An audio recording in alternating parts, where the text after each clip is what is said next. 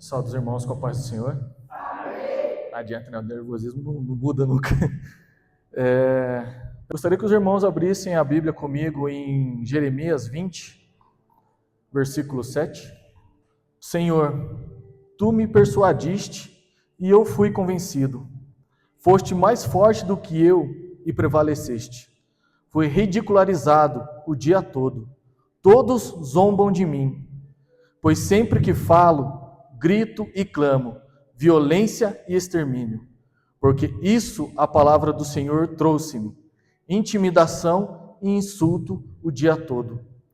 Contudo, se eu disser, não mencionarei e nem mais falarei do seu nome, é como se um fogo ardesse em meu coração, um fogo dentro de mim.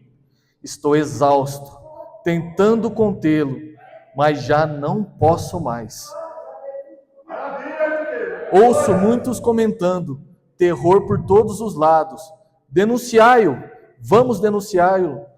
Todos os meus amigos esperam que eu tropece e dizem, talvez ele se deixe enganar. Então, prevaleceremos contra ele e a nós nos vingaremos dele. Amém, irmãos? Podeis assentar?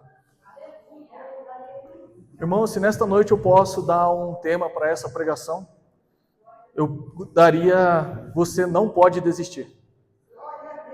Eu pensei, Senhor, como é que eu posso falar de algo que eu não tenho propriedade? Se muitas das vezes eu sou o primeiro a desistir. Eu estou com essa palavra há quase 2 semanas, onde eu pude dentro do carro, nos meus horários de descanso, chorar e entender mais de Deus e compreender um pouco mais sobre mim. Muitas das vezes eu voltava do descanso, eu estava com o olho inchado, o pessoal, Tiago, aconteceu alguma coisa que você está chorando? Ah, vai o joelho. Mas Deus ministrou no meu coração que antes de a gente passar para a igreja, o ministro, ele sempre é exortado primeiro. Então, me coloco no lugar, não estou aqui para julgar ninguém, mas estou aqui para ministrar o que o Espírito Santo colocou no meu coração. E segundo, eu já gostaria de já deixar uma chave para todos peguem aqui nesta noite. Prestem bem atenção no que eu vou dizer. Você já era antes de ser, e será mesmo que ainda não seja. Vou repetir. Você já era antes de ser, e será mesmo que ainda não seja. Aqui no versículo 9, ele diz, não mencionarei e nem mais falarei do teu nome. É como um fogo que arde no meu coração, e arde dentro de mim. Estou exausto, tentando contê-lo, e já não posso mais. Aqui a gente vê Jeremias, um dos maiores profetas do Antigo Testamento, profetizou por 40 anos, conhecido também como um profeta chorão. Mas uma coisa interessante é o significado do nome de Jeremias, não tem bem ao certo, mas o que mais se aproxima é Yahvé lança, ou Yahvé envia. E eu acho incrível a coragem dele, porque depois de tudo que ele passou, Jeremias, ele apanhou, ele foi preso, ele sofreu solidão, ele sofreu angústia profunda, e num certo momento eu fico incrível de ver a audácia dele de chegar perante Deus e confrontar. Eu não mencionarei mais e nem falarei mais do teu nome. E é como um fogo que ardesse no meu coração. É como se ele dissesse para o Senhor, olha, eu não pedi isso, eu não pedi para pregar, eu não pedi para louvar, eu não pedi para ser seu servo, mas o Senhor me colocou aqui dentro. E, ao mesmo tempo que ele reclama, ele diz para dentro de si mesmo, mas por mais que eu esteja revoltado, triste, atormentado, eu não consigo parar de falar do teu nome. Ele carrega dentro de si algo que arde, ele carrega um fogo que queima nos ossos, como ele mesmo disse. Mas antes disso tudo acontecer, Deus já tinha dado uma palavra para ele e sabia que lá na frente ele iria reclamar. Aqui em Jeremias, no capítulo 1, versículo 5, Deus diz para ele, antes mesmo de te formar no ventre materno, eu te escolhi, ou em outras traduções, eu te santifiquei. Antes que viesse ao mundo, eu te separei e te designei para a missão de profeta para as nações. Esse eu te escolhi e santifiquei, ele não fala de uma santificação de você ser santo, reto, remido. É uma santificação que ele fala de separação, de escolha. eu quero profetizar na vida de vocês e já dizer algo que todos aqui sabem. Desde o ventre das nossas mães, o Senhor já nos separou para um chamado, para uma promessa, para um ministério. Deus, lá no fundo, Ele já sabia. E o mais interessante é o que o Senhor fez por nós. Eu vou dar um exemplo. Essa Bíblia, ela é minha. Na verdade, é minha esposa que me deu, mas ela é minha propriedade. Ela pagou um preço, então eu faço dela o que eu quiser. Ela foi pago esse preço, então agora ela me deu, ela é minha. Se eu quiser dar para alguém, se eu quiser guardar, se eu quiser jogar para lá e para cá, eu faço. Quem está entendendo aqui o que eu estou querendo dizer? Jesus pagou um alto preço por você. Você foi comprado com sangue. Quem é nós para falar para o Senhor, Senhor, eu vou desistir.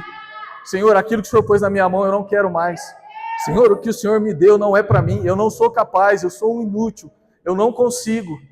E nesta noite o Senhor está aqui para dizer, você tem um chamado, você foi escolhido e você não pode desistir. E isso Deus falou muito no meu coração, porque eu sou uma pessoa que, às vezes para evitar conflito, às vezes para evitar situações ou vergonha, eu sou o primeiro a me afastar, eu sou o primeiro a me recolher, eu me escondo. Eu me escondo numa caverna, eu não quero mais, eu já não sei quantas vezes, eu acho que Deus olhou para mim e eu peguei e falei, Deus, eu não quero mais. E diferente de nós, Ele é tão maravilhoso, que é um Deus todo-poderoso, que Ele pode pegar as nossas vidas e fazer isso aqui, ó, acabou. E quando eu chego, e quando você chega perto de Deus, para Deus e fala, Deus, eu não quero mais, Deus, eu estou desanimado, Deus, eu não quero prosseguir. Deus, com todo o poder que Ele pode fazer com nossas vidas, se Ele pesasse a ponta da unha, você não quer mais? Então eu vou te matar, vou te exterminar, você não serve mais para mim. Mas esse não é o Deus que você serve, esse não é o Deus que eu sirvo. Ele pega com toda a misericórdia, assim, às vezes quando acontece com meu filho, eu falo algo para ele está ali teimoso, eu chego para ele, eu falo, João, dá a mão, vem cá. Assim é o Deus com a gente. Quando a gente fala para ele não, ele olha para a gente com um olhar de misericórdia, ele fala para nós, eu não vou te julgar, eu não vou te repreender, me dá a mão.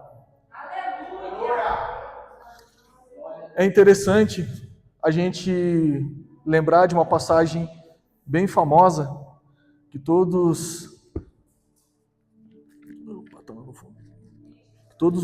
mundo prega, uma passagem bem conhecida, que é sobre Ezequiel 37, sobre o Vale de Ossos Secos. A gente olha sempre pela parte de profetizar, é muito bonita essa parte de abrir os olhos e ele profetizar e ele ver, mas a gente não vê a parte de que quando Deus coloca ele nessa visão, ele fica parado. Eu estava em casa pensando, conjecturando na minha cabeça, como é que deve ter sido ele ser colocado no meio de um vale de ossos secos. Eu, no caso, eu ficaria atônito, eu ficaria parado olhando. Eu acho que eu teria a mesma reação que ele. E tanto que até a palavra diz que Deus pega e fala, anda. Se Deus está falando para ele andar, é porque ele estava parado. Quantos de nós nesta noite estamos parados? Quantos de nós nesta noite estamos desanimados? Eu estou desanimado com a igreja, eu estou desanimado comigo mesmo, eu estou desanimado com o meu casamento, estou desanimado com o meu trabalho, eu estou desanimado e eu não quero mais, eu não consigo. Há um movimento que é muito simples, mas ele pode fazer você perder totalmente a visão, pode fazer você perder o seu chamado, pode fazer você estagnar, você perder bênçãos. Quando a gente vem para a igreja, quando a gente está na nossa vida, o nosso queixo, a nossa visão tem que estar assim, para cima. E muitas das vezes a gente chega dentro da igreja, de vez a gente começa assim, mas a gente começa assim, assim, assim. Daqui a pouco faz isso, faz isso, faz isso. E a gente começa a desanimar com as coisas que estão ao nosso redor. Começamos a desanimar com pessoas. Começamos a desanimar porque eu tenho tanta visão, eu tenho tanta coisa que eu queria fazer, mas eu me sinto inútil dentro da igreja. Eu me sinto que eu não consigo fazer nada. Mas a gente fala, talvez eu seja até um pouco radical de dizer isso, mas o ministério de Jesus nunca foi dentro de quatro paredes. Ele pregou para fora, ele agiu para fora, ele expulsou o demônio para fora, ele curou para fora. Ele teve só 2 passagens dentro do templo. Então por que nós temos que ter esse sentimento? Jesus, ele sofreu tudo o que sofreu, ele não desistiu, ele não desanimou. E nós, às vezes, com um machucadinho, com uma coisa que o irmão falou, ou uma coisa que aconteceu na minha vida, eu falo, pai, eu não quero mais, eu não quero, eu estou fora. Eu me coloco nisso, irmãos, porque eu sou muito de fazer isso. Talvez eu já deveria estar num outro patamar com Deus, eu não vou dizer de cargos, mas talvez de uma intimidade profunda com Deus, mas eu deixo algo que penetra nas nossas vidas, no maior campo de batalha hoje do cristão, que é a nossa mente. Eu já falei sobre isso aqui, é o maior campo de batalha onde o inimigo tem batido com força e tem derrubado, não dizer pessoas lá fora, mas pessoas que conhecem a palavra de Deus. A nossa mente, tudo começa aqui. No exército, a gente faz um treinamento de uma parte que chama double tap. Você quer matar alguém? É um tiro na cabeça, 2 no coração. É uma manobra que chama double tap. O inimigo, ele sabe essa estratégia. O primeiro ataque vai ser na sua mente. Talvez um ataque para você desistir, talvez um ataque para você abrir uma coisa que não era para você ver, talvez responder uma coisa que não era para você responder, e assim você vai e você cai. Porque o inimigo, ele sabe onde te atacar, e se atacou aqui, vai abalar aqui. E quando abalou aqui, ele sabe, esse eu já derrotei, esse eu quebrei, esse eu minei, esse aqui o ministério acabou, esse aqui ele vai desistir da igreja, esse aqui vai para outro ministério, esse aqui vai para fora, esse aqui vai para o mundo. Mas Deus, Ele é misericordioso, Ele pode, às vezes a gente pode até cair, a gente pode até desistir, a gente pode até estagnar, mas o Espírito Santo, Ele é um Pai maravilhoso, Ele é um Consolador maravilhoso, Ele fala, você saiu, filho, você está cansado, você caiu, mas eu estou contigo, recomeça, volta de onde você parou, de onde te machucou. Eu sofri tanto por você, eu derramei o meu sangue naquela cruz por você. Ah, filho, não desiste, não. Você é peregrino nessa terra, você é de outro mundo, você só é embaixador. Agora você olha para si mesmo e fala, eu olho para mim mesmo e falo, quem sou eu, Pai? Para que me venha me visitar? Quem sou eu para que o Senhor cuide? Eu sou pó. E mesmo assim o amor, Deus olha para nós com um amor tão grande. O que a gente é? Às vezes eu posso dizer, talvez eu seja até duro nessa palavra. Está faltando amor por Jesus. Está faltando amor pelo Espírito Santo. Está faltando entrega. Está faltando vontade. E é o que nós estamos fazendo. Precisamos voltar para o jardim. Talvez até vou dizer, voltar para o primeiro amor, voltar para o primeiro encontro. Senhor, encontra comigo naquela noite, naquele jardim. Senhor, onde no começo, eu ouvi aqui uma vez alguém falar que vassoura nova varre, mas depois com o tempo ela fica velha. Talvez seja verdade, mas talvez seja culpa nossa mesmo de a gente se afastar, da gente deixar tantas outras coisas serem maior do que o nosso Deus. Maior do Deus que é na nossa vida. A gente dá glória, a gente profetiza para tantas coisas, mas a gente não profetiza para nós. Quantas das vezes das coisas que a gente sofre na vida, a gente procura lá fora, a gente procura no médico, a gente procura no empréstimo, a gente procura no patrão, a gente procura no amigo. Eu digo por mim próprio, a última coisa que muitas das vezes eu procuro é o Senhor. É orar e falar, Deus, olha a minha situação, eu não estou aguentando. Eu quero dizer nesta noite, irmãos, é proibido você parar. Uma coisa é você descansar, outra coisa é você parar. Numa instrução do exército que a gente tem de orientação no mato, há uma palavra que pode salvar a sua vida, que se chama Esaú. Esaú significa, quando você está perdido, quando você não sabe o caminho, você está numa mata, você está num vale, você não sabe o caminho, você tem que usar o Esaú. Esaú significa, estacione, sente, se alimente, se oriente e navegue. Isso pode salvar a vida de um militar numa mata, pode salvar a vida de uma pessoa. Às vezes isso acontece na nossa vida espiritual. Às vezes a gente está cansado, a gente está querendo desistir, mas não tem problema você falar, Senhor, eu vou parar. Eu vou estacionar, Senhor, por um tempo. Eu vou me alimentar da Tua palavra. Eu vou me sentar, no caso, me ajoelhar. Eu vou me orientar de novo, te encontrar no jardim. Eu vou me orientar na Tua palavra, na Tua vontade. E eu vou me levantar de novo para navegar. É muitas vezes isso que a gente tem que fazer na nossa vida. Mas eu te desafio nesta noite a tentar lutar contra o Teu Senhor. A lutar contra o Teu chamado. A lutar contra aquele que te chamou. Eu te desafio. Aqui mesmo Jeremias fala que ele tentou, ele botou o dedo na cara do Senhor. E no mesmo instante ele se rendeu, falou, Senhor, eu tentei, mas algo queima nos meus ossos. Esse algo que queima nos teus ossos é o Espírito Santo. Nós sabemos o vento que se passou na igreja, a saída de muitos irmãos amados aqui, que um dia também me abraçaram quando eu precisei. E no momento que eu vi a bateria sozinho, eu vou dizer como o pensamento do Tiago Carnal, eu falei, vai sobrar para mim. Senhor, eu não quero e vai sobrar para mim, eu estou vendo. Só que daí o louvor começou a tocar, naquele dia eu não toquei. Eu olhei para a bateria, irmãos. Meu coração queimou. Eu falei, Senhor, o Senhor sabe que eu não gosto. O Senhor sabe que não é isso mais que eu quero para a minha vida, mas o meu coração queimou. Sabe, talvez seja o Espírito Santo dizendo para mim, filho, é onde eu preciso de você agora. Você não quer fazer, mas vai sem vontade. Você não quer pregar, mas vai sem vontade. Você tem medo, mas faz sem vontade. Você não aguenta, mas vai não aguentando. Eu te fortaleço no caminho. Dá o teu primeiro passo. Voltando para Jeremias 1:5. Esse eu escolhi, que ele fala, é a separação do teu chamado, se chama Kadash, no hebraico. Eu quero profetizar para você reavivar o seu Kadash na sua vida. O seu chamado, a sua vocação. Irmãos, tem muitos pregadores aqui, tem muitos ministros de louvores, que Deus vai levantar, que você tem que fazer. Eu achava que para mim ser pregador eu precisava estar aqui segurando o microfone. Mas essa semana no meu serviço o pessoal sabe que eu sou evangélico, eles começaram com um burburinho, uma conversa sobre falar em línguas, que eles, não acredito nisso não, isso é fantasia, isso é marketing, é graça.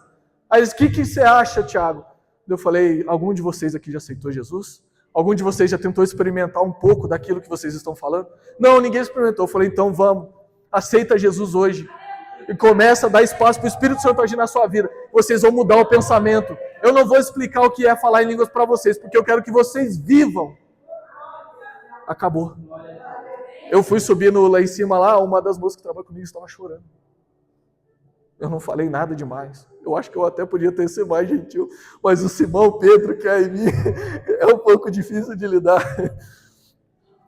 No Salmo 139, 16, eu vou ler rapidinho aqui para os irmãos. Teus olhos viram o meu embrião, e os teus livros foram registrados todos os meus dias, prefixados antes mesmo que um só deles existisse. Olha o amor que Deus tem por você, por mim.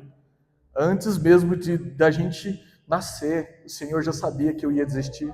O Senhor já sabia que você ia cair. O Senhor sabia que a gente não ia aguentar. O Senhor sabia que a gente ia chorar. O Senhor sabia que a gente ia se levantar de novo. Ele é um Deus amoroso. Ele é um Deus que não desiste de nós, por mais que nós ainda não sabemos.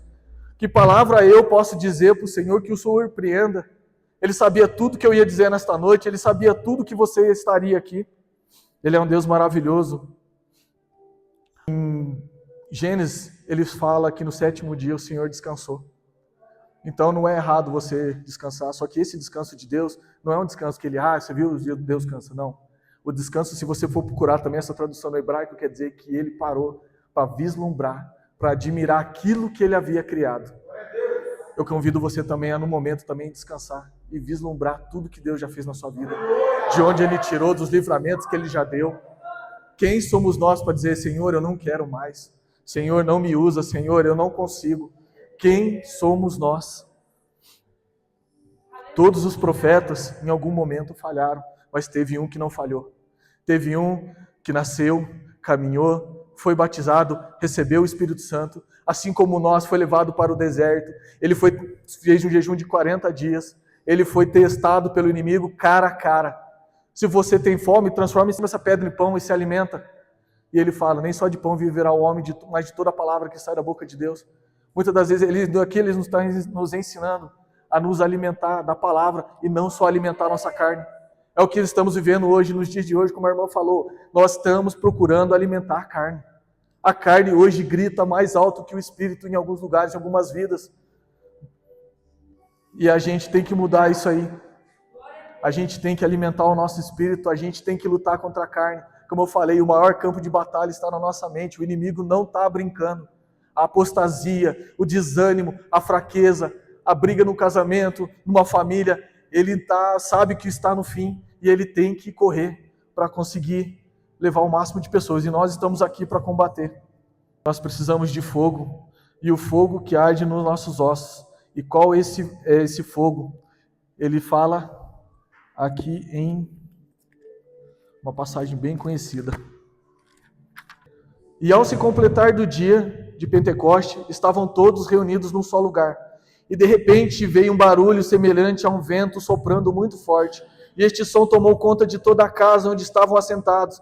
Então todos vinham distribuídos entre as línguas de fogo, pousou sobre eles, sobre cada um deles. E cada pessoa ali reunidas ficaram cheias do Espírito Santo e começaram a falar em outras línguas de acordo com o poder que o próprio Espírito Santo lhe concediam que falassem. Só tem fogo quem abre a boca. Esse copo aqui, ele só foi cheio porque ele está com a parte de cima aberta. Então quem nessa noite quer se encher do fogo de Deus, abre a boca. Eu gostaria de convidar os irmãos a se levantar. Aqui nesse momento, no dia de Pentecoste, o fogo veio de cima. O Espírito Santo veio de cima, mas nessa noite eu quero dizer para você que o fogo não vem de cima, ele vem de dentro de você. Talvez muitos aqui estão só com uma brasa acesa, muitos aqui estão desanimados, precisando reacender essa chama.